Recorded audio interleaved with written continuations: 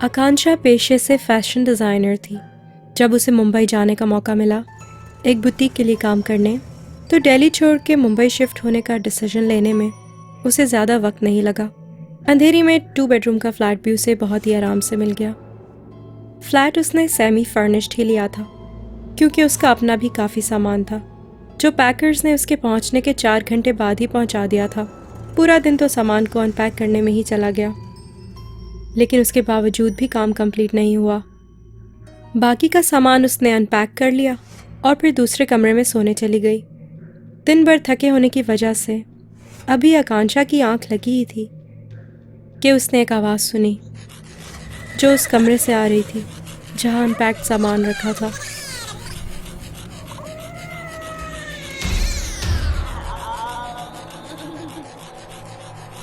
आकांक्षा जब दबे पांव कमरे में पहुंची तो उस वक्त भी उसे वही आवाज़ सुनाई दे रही थी।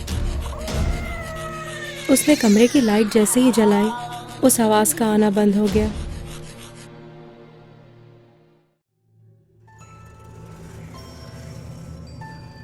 आकांक्षा को लगा कि जो कुछ भी हुआ वो उसका वहम था, इसलिए उसने कमरे की लाइट दोबारा बंद कर दी।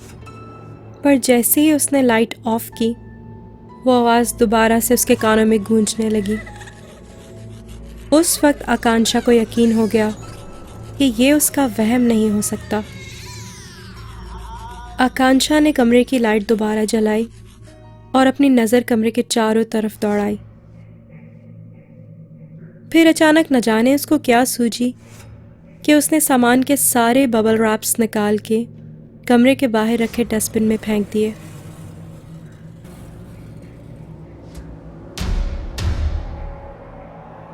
कमरे की लाइट ऑफ करने जब वो दोबारा गई तो उसने ज़मीन पर 2 परछाइयां देखी,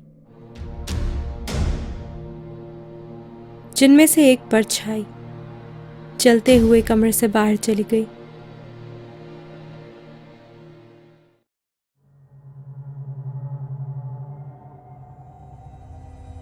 आकांक्षा का गला डर से सूख गया था।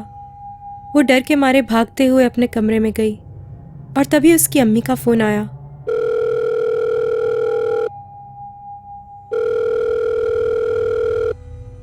नेटवर्क में शायद कोई प्रॉब्लम होगी, इसलिए 3-4 बार कॉल ड्रॉप हुई और उसके बाद जाके माँ से बात हो पाई।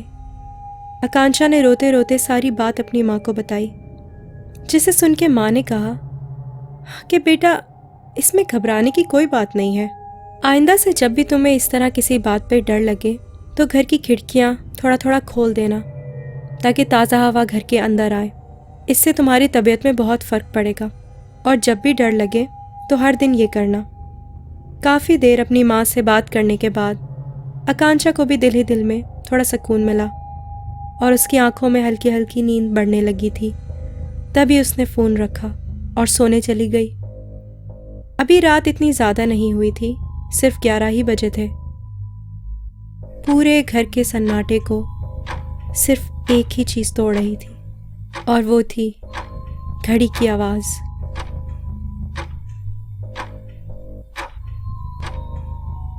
कि ठीक उसी वक्त घर की डोरबेल बजी।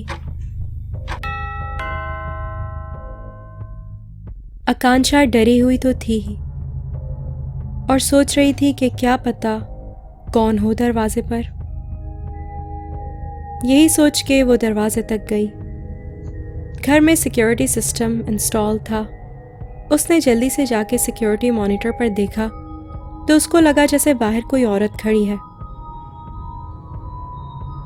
बाहर काफी अंधेरा था, इसीलिए कुछ साफ दिखाई नहीं दे रहा था। बाहर कौन है ये देखने के लिए आकांक्षा ने दरवाजे के बाहर की लाइट जलाई। पर जब उसने लाइट जलाई तो अब बाहर मॉनिटर पर कोई नहीं दिखाई दे रहा था।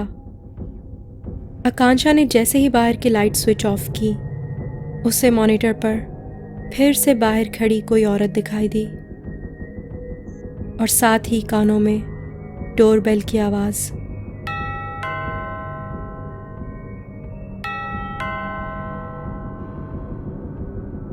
आकांक्षा को तो जैसे 440 वोल्ट का झटका लगा हो। वो तो वहाँ से हिल ही नहीं पा रही थी और बस पागलों की तरह उस मॉनिटर को देखे जा रही थी, हैरानी से। अब डोरबेल के साथ साथ जोर जोर से किसी के दरवाजे को खटखटाने की आवाज़ भी आकांक्षा के कानों में गूंज रही थी। पर पूरी कोशिश के बावजूद भी वो वहां से हिल नहीं पा रही थी। आकांक्षा का ध्यान तब हटा जब उसके पॉकेट में रखा फ़ोन अचानक बजने लगा।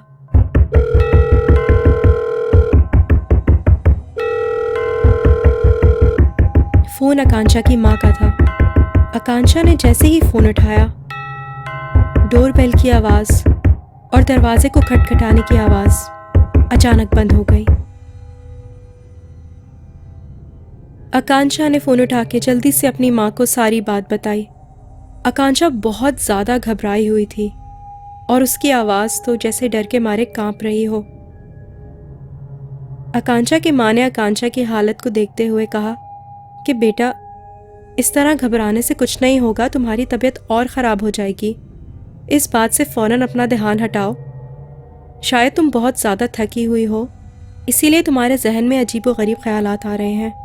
रात बहुत हो चुकी है, बस फ़ौरन अपने कमरे में जाओ, सोने की कोशिश करो और अब अपने कमरे से बाहर मत निकलना। आकांक्षा फ़ौरन से अपने कमरे में गई और उसने अपनी माँ से कहा कि पर आपने इस टाइम पे फ़ोन क्यों किया? तो माँ ने कहा कि पता नहीं क्यों मेरा दिल घबरा सा रहा था। मुझे ऐसे लगा कि जैसे तुम किसी मुसीबत में हो, इसलिए मैंने तुम्हें फ़ोन कर लिया। सारी रात आकांक्षा की आंखों से नींद गायब थी। बड़ी मुश्किल से आकांक्षा की आंख लगी।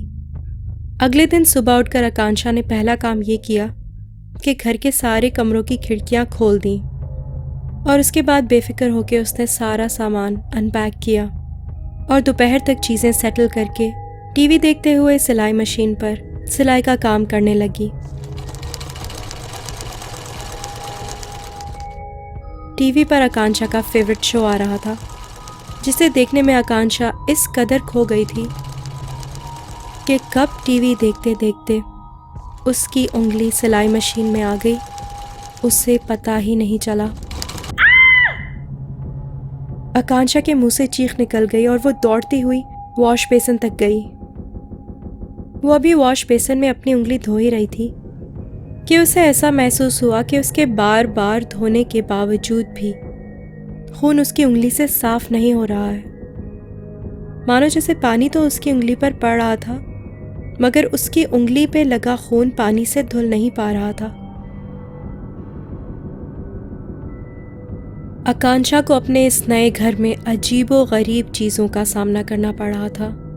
2 बेडरूम के इस फ्लैट में जब से वो आई थी, एक के बाद एक नया हादसा उसके सामने आ रहा था। आकांक्षा ने ज़ोर ज़ोर से अपनी उंगली को रगड़ना शुरू कर दिया कि अचानक उसे फील हुआ कि जैसे उसके पीछे कोई ज़ोर से उसे धक्का देने की कोशिश कर रहा है और उसे वॉश बेसिन के अंदर धकेल रहा है और वो वॉश बेसिन की तरफ झुकती जा रही है। आकांक्षा ने ज़ोर ज़ोर से चिल्लाना शुरू कर दिया और अपनी पूरी ताकत से वो वापस पीछे उठने की कोशिश कर रही थी, पर उस वक्त उसकी सारी कोशिशें नाकाम थी।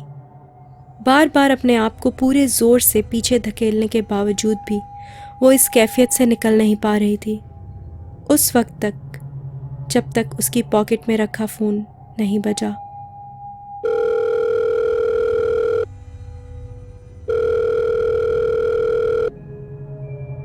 फ़ोन बजने के साथ ही सब कुछ वापस नॉर्मल हो गया। आकांक्षा भागते हुए कमरे में गई और फ़ोन उठाया। फ़ोन फिर से उसकी माँ का था। आकांक्षा ने रोते रोते अपनी माँ को सारी बात बताई। ये सुनते ही उसकी माँ ने कहा कि आकांक्षा, तुम फिक्र मत करो, मैं 2 दिन में वहाँ पहुँचने की कोशिश करती हूँ। ये सुनकर आकांक्षा की जान में जान आई।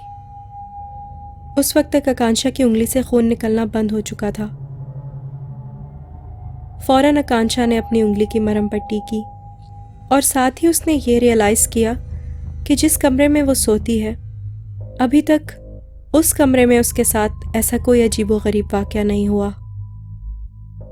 बस इसी एक बात का सुकून था उसे। फिर उसी दोपहर को वो सोने चली गई। अभी दोपहर को उसकी आंख लगी ही थी कि उसने सोते सोते अपने कानों में एक आवाज सुनी।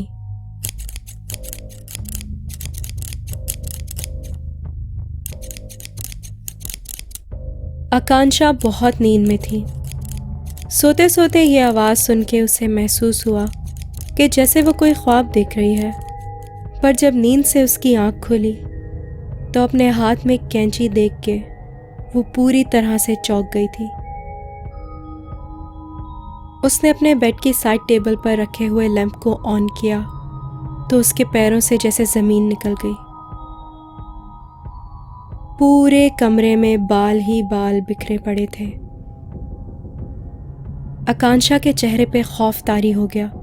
उसने जल्दी से अपने सर पे हाथ फेरना शुरू कर दिया तो उसके लंबे खूबसूरत बाल उसे जगह जगह से कटे हुए महसूस हुए। अपना ऐसा हाल देख के वो पागलों की तरह चीखने लगी और जोर जोर से रोने लगी। तभी उसकी माँ का फोन आया।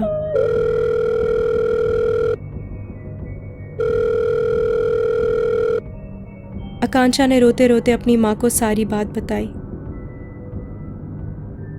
पूरी बात सुनकर उसकी माँ ने कहा कि आकांक्षा, ऐसा कुछ नहीं हुआ है, तुम जरूर कोई भयानक ख्वाब देख रही होगी। मेरी मानो तो तुम्हें आराम की सख्त ज़रूरत है, क्योंकि ये सब कुछ तुम्हारे जहन में है, सब तुम्हारी सोच है। जाके आईने में खुद को देखो, तुम्हारे साथ ऐसा कुछ भी नहीं हुआ है जैसा तुम सोच रही हो। आकांक्षा ने गुस्से में फ़ोन काट दिया। उसको इस बात पे शदीद गुस्सा आ रहा था कि उसकी अपनी माँ ही उसकी बातों पे यकीन नहीं कर रही है। रोते रोते उसकी आंखें लाल हो चुकी थी। न जाने उसे क्या सूझी कि वो उठकर आईने के सामने गई।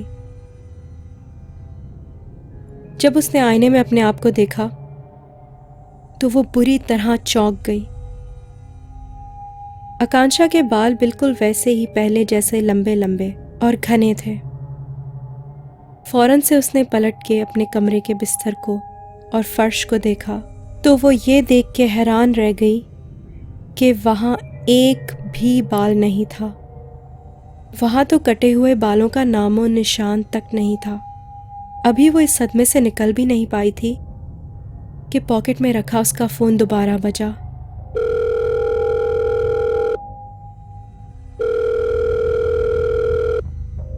इस बार फ़ोन आकांक्षा के डैड का था, जो उसकी आवाज़ सुनते ही समझ गए थे कि कुछ तो है जो सही नहीं है। उनके पूछने पर आकांक्षा ने उन्हें सारी बातें बताई और ये भी बताया कि अगर मॉम नहीं होती और ठीक वक्त पे उनका फ़ोन नहीं आता तो शायद वो इन्हीं मुसीबतों में अटकी रहती। ये सुनते ही आकांक्षा के डैड ने एकदम चीखते हुए गुस्से से आकांक्षा को कहा, कांक्षा, कितनी बार मैं तुम्हें समझाऊंगा, तुम क्यों नहीं इस चीज को मान लेती कि तुम्हारी माँ मर चुकी है। हाँ, ये अच्छा है कि तुम्हारी माँ हमेशा तुम्हारे साथ है, तुम्हारे ख्यालों में, मगर इस तरह एक मरे हुए इंसान को हकीकत का नाम देना तुम्हें पागल कर देगा। ये तुम्हारी बीमारी बनता जा रहा है। मैं हर दिन तुम्हें इस तरह पागलों की तरह नहीं समझा सकता कि तुम्हारी माँ मर चुकी है, मान लो ये बात। आकांक्षा ने रोते रोते फ़ोन डिस्कनेक्ट किया और उसके बाद अपनी रिसीव्ड कॉल्स की लिस्ट चेक की तो उसमें माँ का कोई नंबर ही नहीं था। अपनी इन्हीं उलझनों में आकांक्षा मज़ीद उलझती चली जा रही थी। जो कुछ भी उसके साथ हो रहा था ये समझने की कोशिश करने लगी, पर लाख कोशिशों के बावजूद भी उसको कुछ समझ नहीं आ रहा था। उसने रात का खाना भी नहीं खाया और भूखे पेट ही सो गई।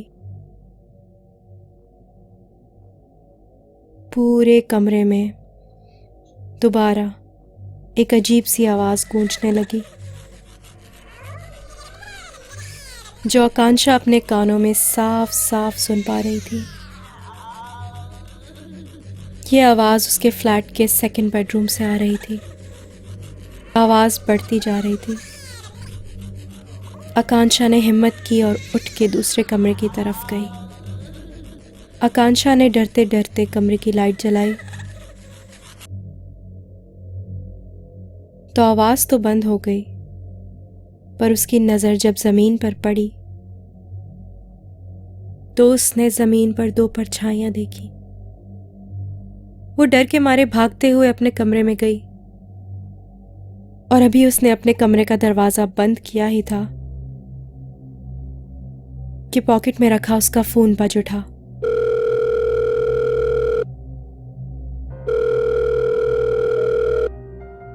नेटवर्क में शायद कोई प्रॉब्लम होगी, इसलिए 3-4 बार कॉल ड्रॉप हुआ और उसके बाद जाकर उसकी माँ से उसकी बात हो पाई। आकांक्षा ने रोते रोते अपने साथ हुई सारी बात अपनी माँ को बताई, जिसे सुनकर माँ ने कहा कि आकांक्षा, इसमें इतना घबराने की कोई बात नहीं है।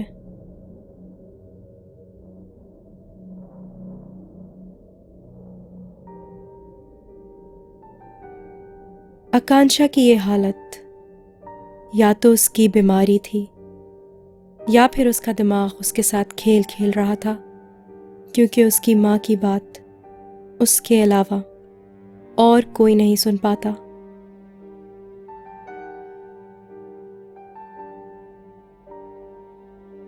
इंसान का दिमाग वही सच मानता है जिसको वो खुद सच मानना चाहता है।